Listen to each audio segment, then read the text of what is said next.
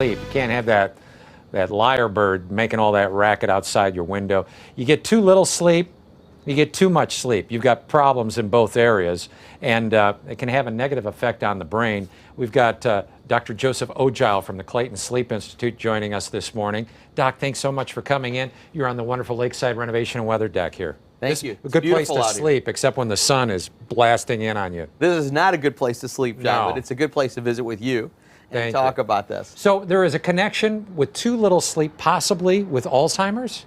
So this is an interesting study. They looked at over 4,000 people in a big study over a year and looked at people that either didn't get as much sleep, short sleepers, less than 6 hours, compared them to normal sleepers, which we classified as 7 to 9 hours, and longer sleepers, which is people over 9 hours of sleep. What'd they find? Well, the shorter sleepers had deposition of the protein, amyloid beta protein in their brain at higher rates than the normal sleepers.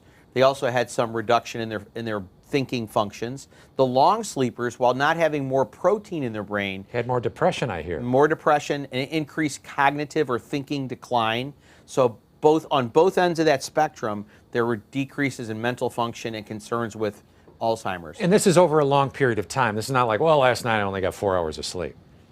Exactly the point. This is a marathon, not a sprint. This gets to that whole issue of habits and behaviors, and committing to sleep is a long-term health promotion behavior rather than any individual night. So we could safely say that too little sleep mimics early onset Alzheimer's or the beginning of it.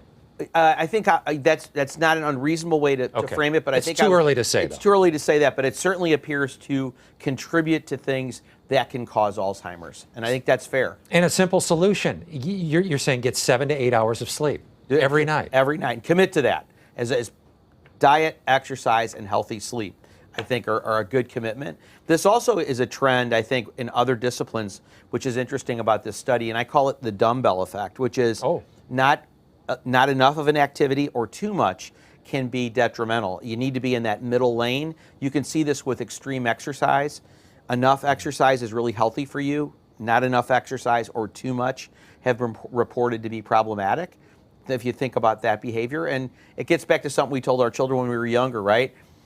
Enough dessert's great, too much of a good thing can be a problem as well at times. Right, and Randy and I have been on this shift since the late 1990s, and you can't catch up on the weekends. We've done that in this interview as well. So yeah, if you can keep to that 7 to 8 every night, you're doing okay. Dr. Ojile, thanks so much for coming in. Thank you for having me. You know, on Christmas Eve, a lot of kids can't sleep because they know that Santa Claus is coming. And Timmy Zell, he couldn't sleep last night because he's with them right now. Right, Tim?